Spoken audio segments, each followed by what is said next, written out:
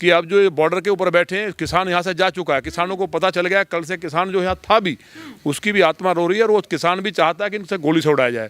लेकिन जिस तरह से कहा है अभी राकेश टिकैत, अगर आप भी बोल रहे हैं, इन पर तो रासुका लगनी चाहिए और फास्ट ट्रैक कोर्ट में गिरफ्तार करके इनको फांसी होनी चाहिए। कह रहे हैं, हमने कहा था ना कि अमानतुल्लाह जो उनका विधायक है उसने केजरीवाल की मीटिंग करवाई दाऊद से दुबई में, और उस पैसे की फंडिंग जो दिल्ली के अंदर हुई है वो उसके लिए उस देश को बेचना चाहता है। अभी हम कह रहे हैं सरकार को, हमने पत्र लिखा है कि अगर कोई ऐसी बात है और कोई टेक्निकल बात आ रही है तो ये पूरा एनसीआर के लोग खड़े होकर के इनको जूते मार के 5 मिनट भगा देंगे। नमस्कार, मैं हूं आपके साथ मनीषा डिंडोरिया। स्वागत है आप सभी का पंचायत पर। गणतंत्र दिवस के दिन जो कुछ हुआ उस सबसे आप सभी वाकिफ होंगे। देखिए 26 जनवरी के दिन जितने भी किसान थे सब लाल किले पर पहुंच गए। सबने जाकर वहां इतना ज़्यादा गुंडागर्दी दिखाई है कि आम जन को भी काफ़ी दिक्कतें हुई हैं। पुलिस के साथ मारपीट उन्होंने की है। लाल किले पर जाके उन्होंने अपना झंडा लगा दिया है। खालिस्तानी झंडा कहा जा रहा है कि उन्होंने तिरंगा झंडा उतार कर खालिस्तानी झंडा वहाँ फहरा दिया है। तो बीजेपी के हमारे पास हमारे साथ नंद किशोर गुर्जर जी हैं। नंद किशोर जी, सबसे पहले आपसे ये पूछना चाहूंगी कि अमित शाह के ऊपर सबसे बड़े सवाल यहाँ उठ रहे हैं कि वो क्या कर रहे हैं इस स्थिति के अंदर। उन्होंने ना सीए एनआरसी के दंगे रुकवाए, अभी जो किसानों ने दंगे कर दिए उसमें भी वो कुछ नहीं कर पाए। क्या कर रहे हैं अमित शाह जी? देखिए, अमित शाह जी भारत के वास्तव में लोह पुरुष हैं। इतना मजबूत गृह मंत्री भारत में दूसरा नहीं हुआ सरदार पटेल जी के बाद। किसान के नाम पे जो जिस तरह से राजनीति की गई, एक नया स्वरूप आंदोलन का सामने आया। सरकार को ये था, शुरू से अंदेशा था कि इसमें खालिस्तानी जिस तरह से इंदिरा जी को मारने की, मोदी जी के लिए हमला करने की, मारने की बात जो की गई इनके द्वारा, तो ये तो था कि कुछ लोग इसमें हैं। लेकिन ये लगातार जो किसान जो फर्जी नेता बने हुए थे, जिनके पास 2 बीघा ज़मीन नहीं है, इन लोगों को जैसे ही सरकार समझ पाती तो इन्होंने ये दिल्ली के अंदर जो परमिशन ली गई और ये सारी जो चीज़ें हुई हैं, ये बड़े लेवल का मसला है। लेकिन गृह मंत्री जी ने जिस तरह से इन पर मुकदमे दर्ज किए हैं और इनके खिलाफ जो कार्रवाई होगी भविष्य में भारत के अंदर कोई कर नहीं पाएगा। तो गृह मंत्री जी का इसमें ऐसा नहीं है, किसानों पे हम कैसे गोली चला दें। देश का अन्नदाता है, जवान और किसान देश की रीढ़ है। तो इसलिए ये था कि भाई चलो ट्रैक्टर की परमिशन दे दी, वो अपना कर लेंगे और वो बिल को समझेंगे, क्योंकि ये केवल हमें तो शुरू से ही हम लोग कहते आए हैं। लौनी में हज़ारों किसानों ने बिल के समर्थन में यात्रा निकाली थी और उसमें कहा था कि ये किसान नहीं है, ये जो वहाँ बॉर्डर पे बैठे हैं ये केवल आड़ती हैं या जो उद्योगपति वो हैं और खालिस्तान जो समर्थक है वो हैं, तो इनको तत्काल हटाया जाए। आज बहुत बड़ी, मैं समझता हूँ कि इतनी ज़्यादा शर्मनाक घटना हुई है पूरी दुनिया के अंदर। पाकिस्तान जैसा देश जो आज जश्न मना रहा है, चीन जश्न मना रहा है और वो कह रहे हैं कि लाल किले पर कब्जा कर लिया खालिस्तानियों ने, तो ये पूरी दुनिया में जो छवि खराब हुई है। और 26 तारीख को जो हमारा राष्ट्रीय त्यौहार है गणतंत्र दिवस पर ये घटना की गई है, इससे एक एक हिंदुस्तानी का खून उबल रहा है।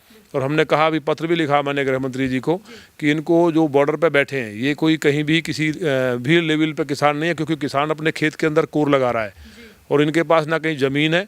इस तरह के लोग जो पॉलिटिकल पार्टियां समाप्त हो चुकी हैं, केजरीवाल जैसे लोग जो राजनीतिक रूप से ख़त्म हो चुके हैं, जिनको मैं पहले भी कहता रहा कि आईएसआई और जो डी कंपनी है उसके द्वारा इनको फंडिंग होती है चुनाव में, और उस फंडिंग के लिए ये कुछ भी देश को करने के लिए तैयार हैं। योगेंद्र यादव जैसे लोग, एक राकेश टिकैत जिनको कभी 1% से ज़्यादा वोट नहीं मिला, जो लोग जनता ने बिल्कुल नकार दिए, दर्शन पाल, ये सब के सब जितने खालिस्तानी लोग हैं उनके साथ मिलकर के जो जघन्य अपराध किया, इनकी सज़ा फांसी से कम नहीं होनी चाहिए। इनको फास्ट ट्रैक कोर्ट में फांसी हो, और जो रोड पे देश का अरबों रुपए का नुकसान जाम लगा करके जो किया और जो तोड़फोड़ किया, इनकी संपत्ति से वसूल किया जाए। और इनको जो लोग किसान बैठे हैं वहाँ, उनको, हालांकि जो किसान है वो जो सूचनाएँ आ रही हैं कि वो वहाँ से निकल गए हैं, लेकिन जो अभी भी वहाँ पे जो खालिस्तान समर्थक कुछ जमे हुए हैं उनको रात में सरकार को गोली से उड़ा देना चाहिए। बिल्कुल। देखिए, अभी राकेश टिकैत जी 2-3 दिन पहले कह रहे थे कि हमारी दिल्ली पुलिस से बात हो गई, हमें रास्ता तय कर दिया गया, हमारे लिए ट्रैक्टर रैली हम जहाँ से निकालेंगे। लेकिन अभी मैं उनका एक बयान सुन रही थी, उसमें वो कह रहे हैं कि सरकार ने फिर अपना प्लान बदल दिया, सरकार ने हमें जगह नहीं दी ट्रैक्टर रैली निकालने के लिए, सरकार ने हमारे साथ धोखा किया है। तो क्या सरकार ही झूठ बोल रही है? क्या सरकार उन्हें बहकाने का काम कर रही है? नहीं, वो है कौन जो उसको परमिशन देते? इतना बड़ा शर्मनाक काम किया, उससे भी शर्म नहीं आ रही? वो इस बेशर्मी से इस तरह की बातें कर रहे हैं कि जो भारत के तिरंगे को उतार करके खालिस्तान का झंडा फहराया गया। हम पूछना चाहते हैं, क्या राकेश टिकैत इस बात का समर्थन करते हैं? जो हुआ, जो हमारे जो जवान हैं, हमारे किसानों के बच्चे हैं, उनको बुरी तरह से जिस तरह से मारा गया, जिस तरह अपमानित किया गया, संपत्तियों को तोड़ा गया, बहन बेटियों के साथ बदतमीजी की गई, और लाल किले पर चढ़ करके जो खालिस्तान का झंडा फहराया पूरे देश के अंदर, ऐसा आज तक नहीं हुआ है। आज़ादी के बाद जो जिस तरह की घटना हुई है, सीए में इन्होंने प्लानिंग की नहीं कर पाए, लेकिन किसान के नाम पे, क्योंकि माननीय प्रधानमंत्री जी किसान के लिए बहुत सॉफ्ट कॉर्नर रखते हैं, और क्योंकि उनके मन में कोई खोट नहीं था, तो उन्होंने कहा कि चलिए किसान अगर ऐसा चाहता है तो किसान ऐसा करे।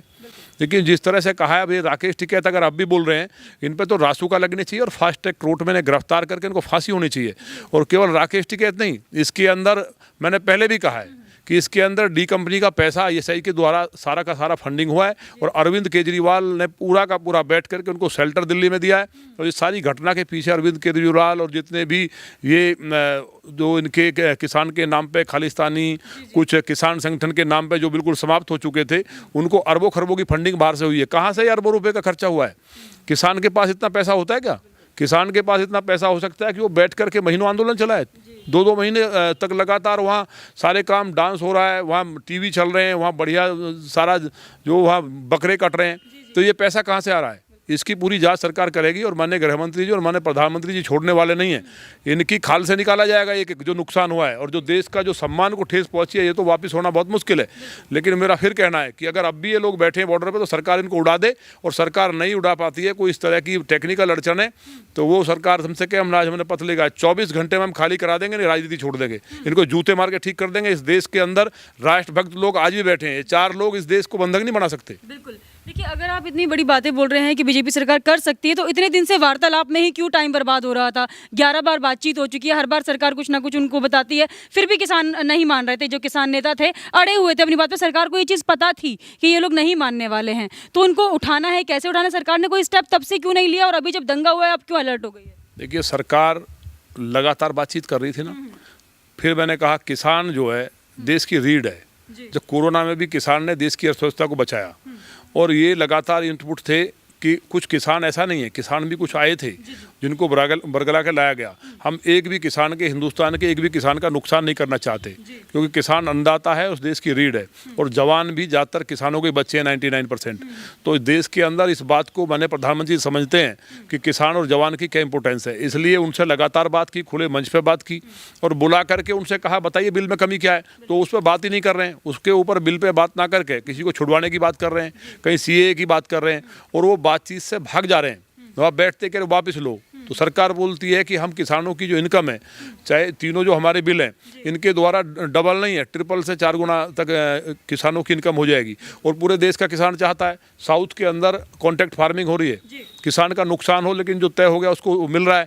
तो आज पहली बार हिंदुस्तान में 74 साल की आज़ादी के बाद देश में पहली बार किसान आज़ाद हुआ है। सब लोग आज़ाद हुए थे, लेकिन इनको किसानों की आज़ादी नहीं पच रही है, क्योंकि भारत का किसान मजबूत होगा तो इनकी दुकानें बंद हो जाएंगी। ये जो वामपंथी किसान संगठन के नाम पे कुछ कांग्रेस के लोग, अब कल मैंने एक पंजाब के सांसद का इंटरव्यू देखा, उन्होंने कहा कि ये खालिस्तानी थे और इनको शूट आउट करना चाहिए, इनको गोली से उड़ाना चाहिए। और पूरे देश की जनता चाहती है कि अब जो ये बॉर्डर के ऊपर बैठे हैं, किसान यहाँ से जा चुका है, किसानों को पता चल गया, कल से किसान जो यहाँ था भी उसकी भी आत्मा रो रही है, और वो किसान भी चाहता है कि इनसे गोली से उड़ाया जाए। तो सरकार करे, और नहीं तो हम लोग तैयार हैं। लेकिन खैर जी, आपको ये नहीं लगता कि दंगा होने से पहले रोका जा सकता था?